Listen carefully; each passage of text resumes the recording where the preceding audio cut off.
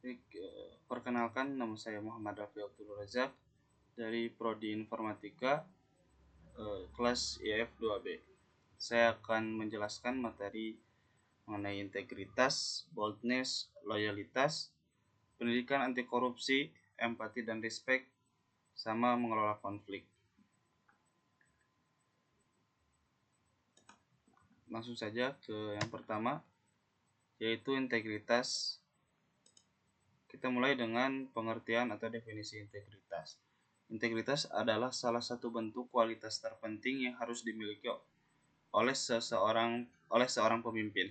Integritas adalah suatu konsep yang berkaitan dengan perilaku, nilai, metode, sarana, prinsip, harapan, dan keterpaduan berbagai hasil. Orang yang memiliki integritas berarti memiliki kepribadian yang jujur dan kuat.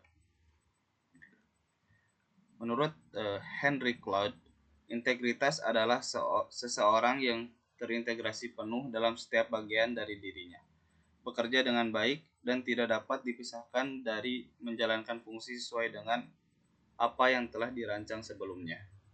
Integritas terkait erat dengan keutuhan dan efektivitas seseorang sebagai pribadi. Mempertahankan integritas bukan perkara yang mudah, apalagi jika godaan korupsi muncul di depan mata. Butuh keteguhan hati untuk memegang nilai-nilai integritas agar godaan bisa ditepis. Selanjutnya, ciri dari orang-orang yang berintegritas. Yang pertama, tidak adanya kedok dalam melakukan suatu tindakan atau bahkan ketika sedang mengemban tugas. Bertindak sesuai dengan ucapan dan menjunjung tinggi kejujuran dalam menyelesaikan suatu pekerjaan. Selanjutnya, selalu berperilaku sama di depan dan di belakang, selalu berlaku transparan dan objektif dalam menilai segala sesuatu.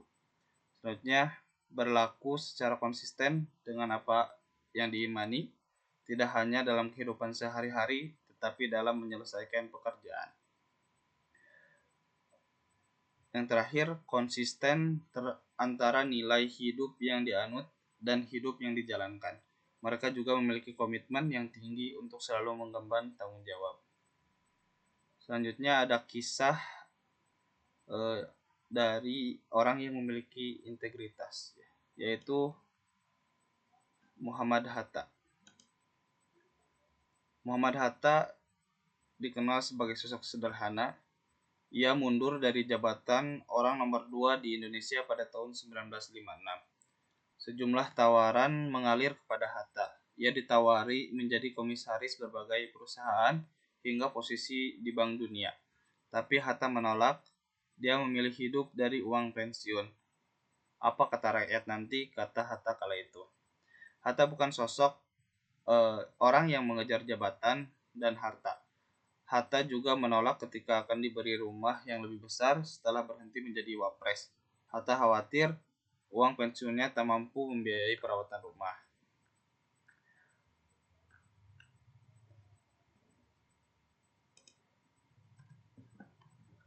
Yang materi yang kedua yaitu boldness. Boldness atau keberanian adalah sifat yang memungkinkan seseorang untuk menghadapi tantangan, mengambil risiko, dan bertindak dengan percaya diri meskipun ada ketidakpastian atau kemungkinan gagal. Ini bukan berarti tidak memiliki rasa takut, melainkan kemampuan untuk bertindak meskipun ada rasa takut. Keberanian melibatkan kesiapan untuk keluar dari zona nyaman, mengambil inisiatif, dan mempertahankan prinsip-prinsip seseorang bahkan dalam situasi sulit. Mengembangkan keberanian adalah proses berkelanjutan yang melibatkan langkah-langkah kecil dan konsisten. Ini dimulai dengan menantang diri sendiri dalam situasi sehari-hari, belajar dari kegagalan, dan secara bertahan membangun kepercayaan diri. Keberanian bukan hanya tentang tindakan besar atau heroik, tetapi juga tentang keputusan kecil yang diambil setiap hari untuk tumbuh dan berkembang. Dengan melatih keberanian, seseorang dapat membuka peluang baru, mencapai tujuan yang lebih tinggi, dan menjalani kehidupan yang lebih memuaskan. Contoh sikap dari keberanian yaitu seseorang yang berani berbicara di depan orang banyak meskipun merasa gugup, seseorang yang berani meninggalkan pekerjaan tetapnya untuk memulai bisnis sendiri meskipun ada resiko kegagalan, seseorang yang berani melaporkan praktik tidak etis di perusahaannya meskipun beresiko kehilangan pekerjaannya, seseorang yang berani mengakui kesalahannya di depan tim dan berusaha memperbaikinya. Itu merupakan contoh sikap ya, dari boldness.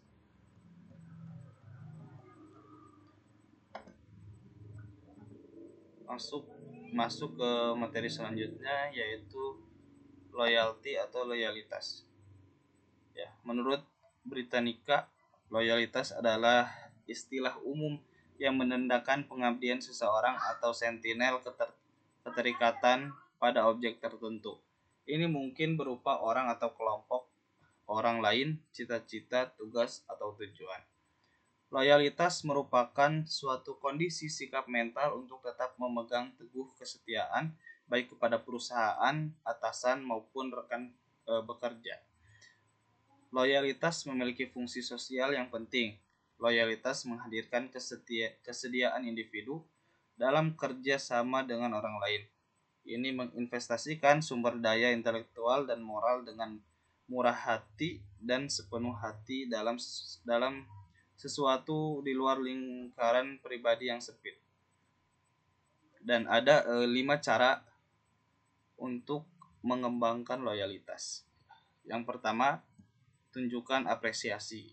Ya, ketika kamu menjalin hubungan dalam konteks apapun dengan orang lain, maka hargai orang tersebut apapun kondisimu. Yang kedua, bersikaplah suportif saat ada yang sedang berjuang. Jadi ketika ada orang yang kamu kenal sedang berjuang, maka bantulah ia untuk menghadapi masalahnya. Yang ketiga, mempertahankan kepercayaan orang lain. Jika ada orang yang berbagi rahasia, harapan, ketakutan, atau ketidaknyamanannya pada dirimu, pastikan kamu menjaga kepercayaannya dengan baik. Yang kelima, bersikap adil pada siapapun tanpa membedakan. Terima perbedaan yang ada dan berikan sikap yang baik. Bagaimana kamu mungkin diperlukan oleh orang lain. Selanjutnya, contoh kisah loyalitas dari Francesco Totti. Francesco Totti adalah legenda sepak bola Italia, dikenal sebagai salah satu pemain paling loyal dalam sejarah olahraga. Karirnya yang gemilang selama 25 tahun diwarnai dengan kesetiaan luar biasa kepada klub masa kecilnya, yaitu AS Roma. Totti memulai perjalanannya di akademi AS Roma pada usia 8 tahun. Bakatnya yang luar biasa mengantarkannya ke tim utama pada tahun 1992. Dan sejak saat itu, dia menjadi ikon klub di sepanjang karirnya. Totti menerima banyak tawaran menggiurkan dari klub-klub besar Eropa, seperti Real Madrid, Barcelona, dan Manchester United. Namun, dia selalu menolak tawaran tersebut dan memilih untuk tetap di Roma. Kesetiaannya kepada Roma didasari oleh cinta sejatinya kepada AS Roma dan kesetiaan kepada penggemarnya. Dedikasinya kepada AS Roma tidak diragukan lagi.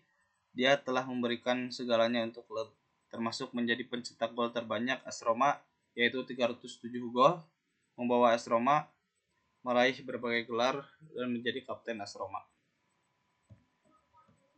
Francesco Totti adalah legenda sepak bola yang akan selalu dikenang sebagai salah satu pemain paling setia dalam sejarah olahraga.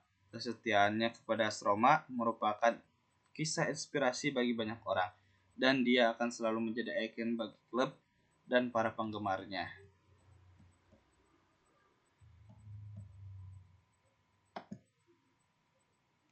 Selanjutnya materi yang keempat, yaitu pendidikan anti korupsi. Pendidikan anti korupsi adalah upaya sistematis untuk menanamkan nilai-nilai kejujuran, integritas, dan tanggung jawab kepada individu dan masyarakat, dengan tujuan utama mencegah dan memberantas praktik korupsi. Ini bukan hanya tentang mengajarkan definisi korupsi atau hukuman yang menyertainya, tetapi lebih pada pembentukan karakter dan budaya yang menolak segala bentuk korupsi.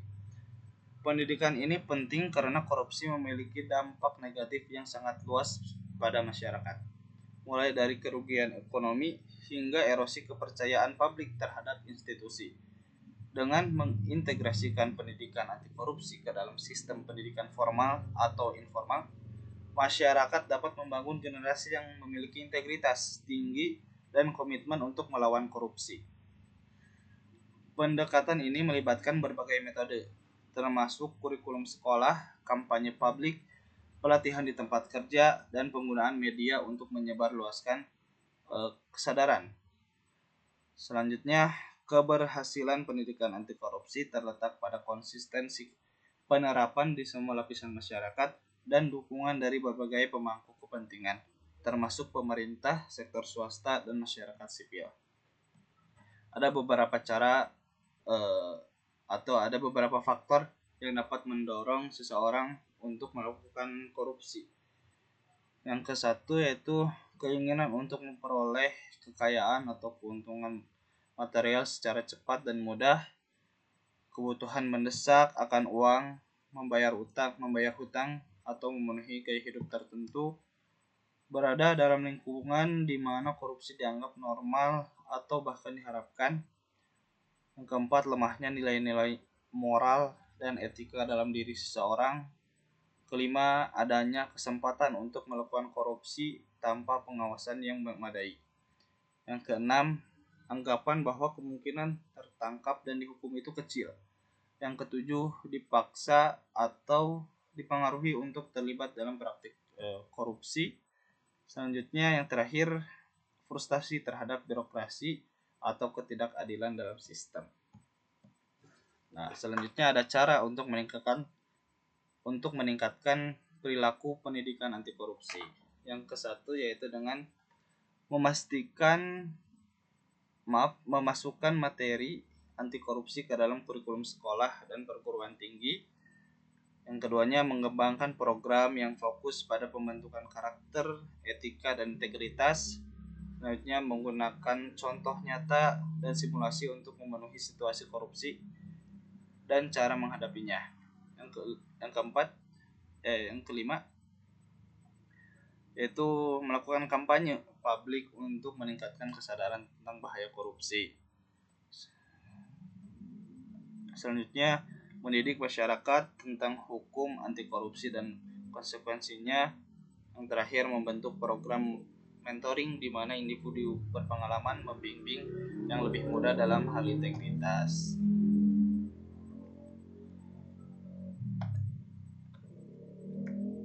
Yang selanjutnya yaitu empathy and respect.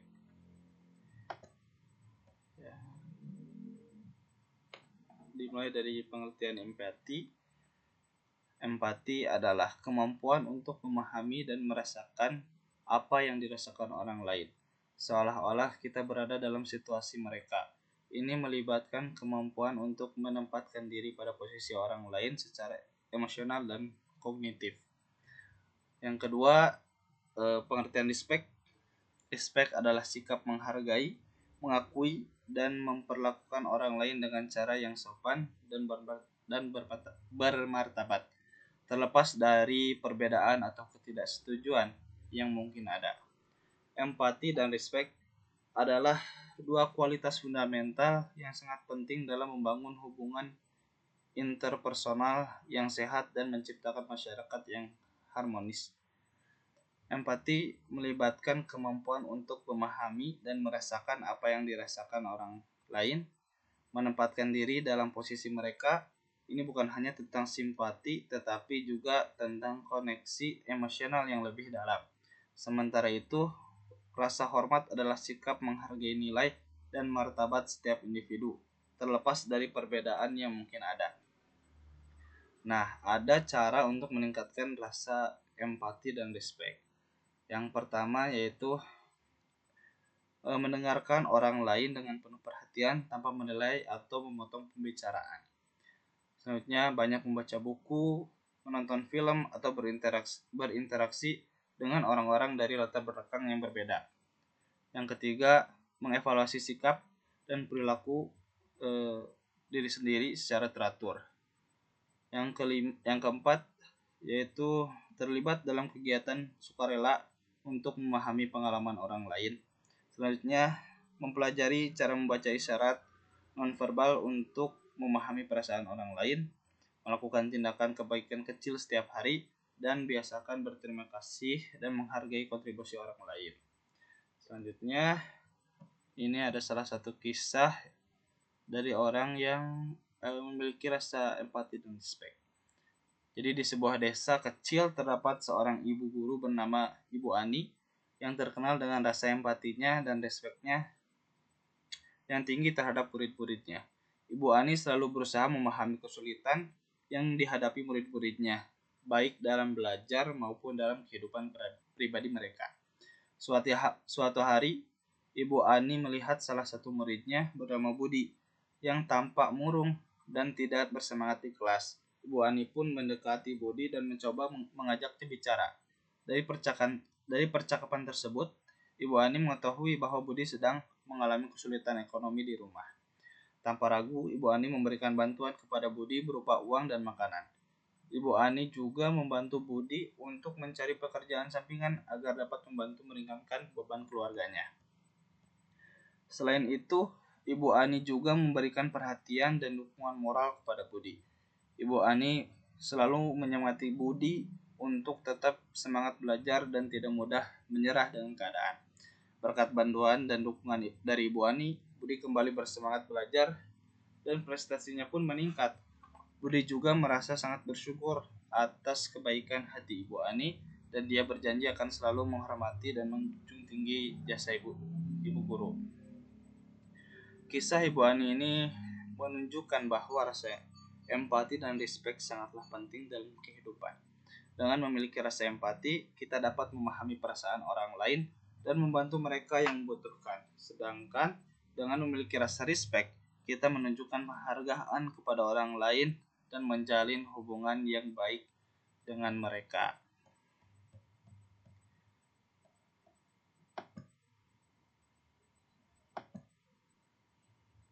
Dan selanjutnya ini merupakan slide materi terakhir, yaitu mengelola konflik. Nah, mengelola konflik adalah kemampuan untuk menangani perselisihan atau percobaan pendapat secara efektif dan konstruktif.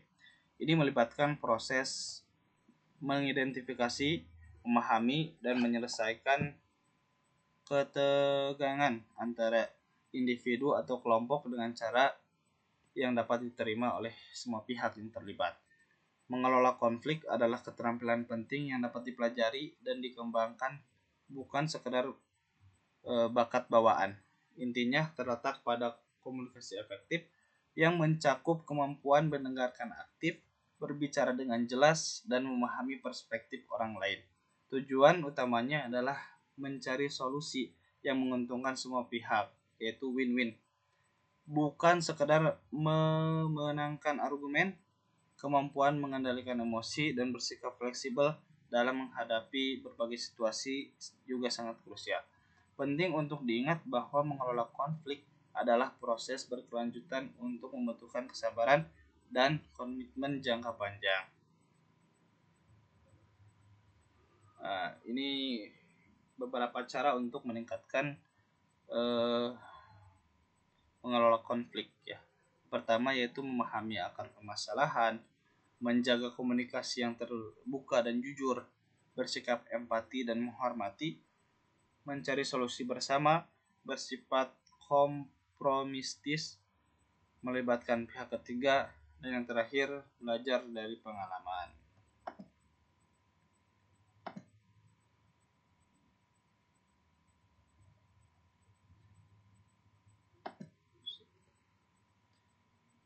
Selanjutnya mungkin sekian yang bisa saya jelaskan pada kesempatan kali ini. Saya mohon maaf apabila terdapat ucapan yang salah. Saya tutup. Terima kasih. Wassalamualaikum warahmatullahi wabarakatuh.